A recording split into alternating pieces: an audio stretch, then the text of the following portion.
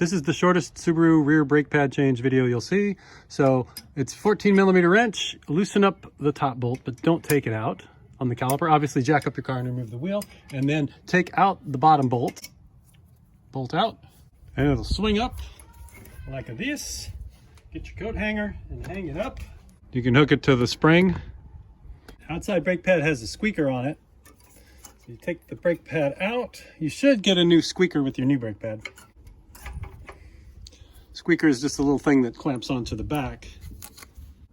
Put the squeaker onto the new brake pad. Pull the back one out like that. New brake pad goes in. I know you want to clean it and you want to turn the rotor and do all kinds of things. I'm quarantined at home for the coronavirus, so I'm not going out to have anybody help me. I'm just putting some new pads on it because it's time. Take the cap loose on the brake fluid and make sure it's not totally full, because we're going to increase the level when we put the new brake pads on.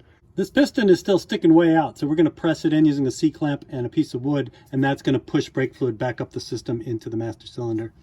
Looks like this. A Home Depot yardstick is the perfect tool for this. And you just turn your C-clamp slowly until the piston is flat, so you have enough room for the brake pads.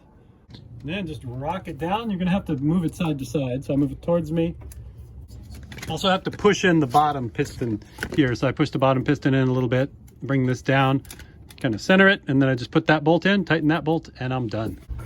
Crank and crank. Boom, was that less than 2 minutes? Told you, fastest Subaru brake pad change on the internet. Not the best one.